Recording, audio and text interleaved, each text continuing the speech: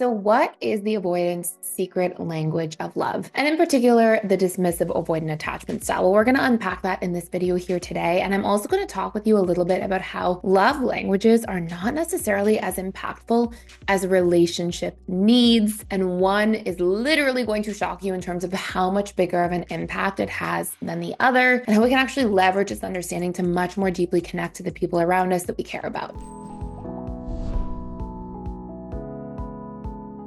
So first and foremost, you've probably heard of the love languages, the work of Dr. Gary Chapman. It is phenomenal work. It's so cool. I love it. You've probably heard of this. There's the 5 love languages. Number 1, you have quality time. Number 2, physical touch. Number 3, acts of service.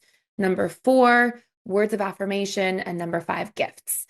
Now, this is where I'm going to say something that probably might surprise you. And it's that our relationship needs actually impact us so much more than just our love languages. Let me give you some specific examples. I, for example, have a big love language. My highest love language is quality time. But if I spend time watching Netflix with somebody versus I spend time getting my relationship need met for emotional connection, which is a big relationship need for me, that is like night and day. So for example, if I have a deep conversation with somebody, that meets the need for emotional connection. But if I just watch Netflix with somebody, okay, yeah, I don't know, that's not really doing it for me. So yes, both fall under the umbrella of quality time, but the relationship need lands so much more deeply. Let me give you another example.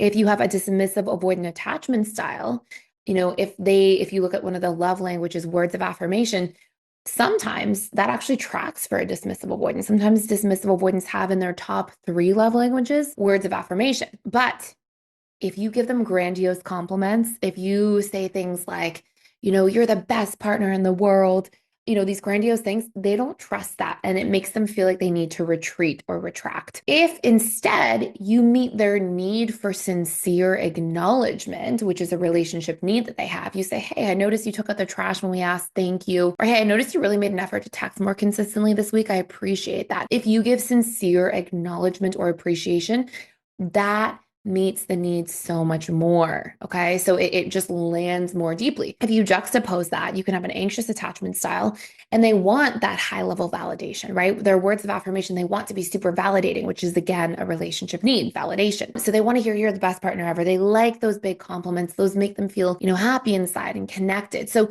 the needs are more specific, and what's more specific is most likely to land a little bit better. It doesn't make the love languages wrong or bad. It just means that there's a deeper layer we can go that's going to land a step further for our partners or for ourselves.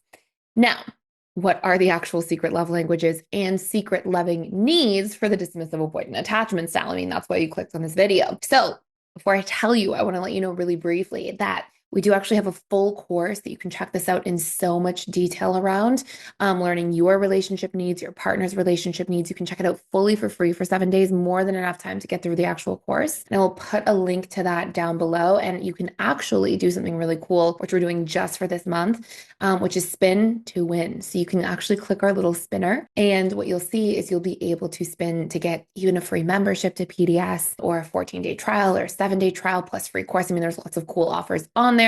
So check it out. Now, what I will tell you right here is that the major love languages for dismissive avoidance often tend to be around acts of service, sometimes gifts, more for female dismissive avoidance, and words of affirmation tends to be in the top 3 love languages. But the needs are going to be what get more specific, which land more deeply. And their biggest needs in relationships, like actually in order as a general rule, acceptance is one of their biggest needs. Feeling like they're accepted, not criticized. There's a sense of like they can be themselves around somebody and there's an absence of judgment is one of the biggest needs that dismissive avoidants stay around for the longest in a relationship. Number 2, if they feel like they are appreciated or acknowledged, those things we talked about earlier. They also love harmony in a relationship. That goes a very, very long way. Empathy, supportiveness, those are huge for dismissive avoidance. And then a feeling of emotional safety. And then, of course, the really obvious ones where they still need to feel like they are understood, especially around their needs for